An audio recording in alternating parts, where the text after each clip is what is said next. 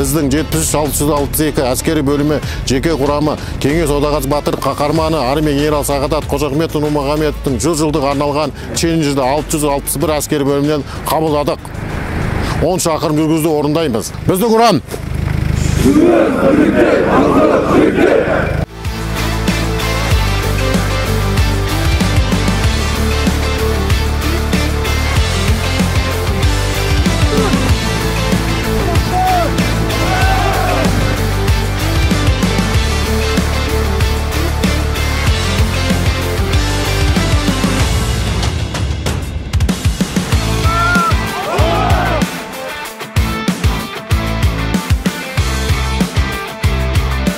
Челленджді әскери бөлім 83-205 командирі және ұжымдарға жолдаймын.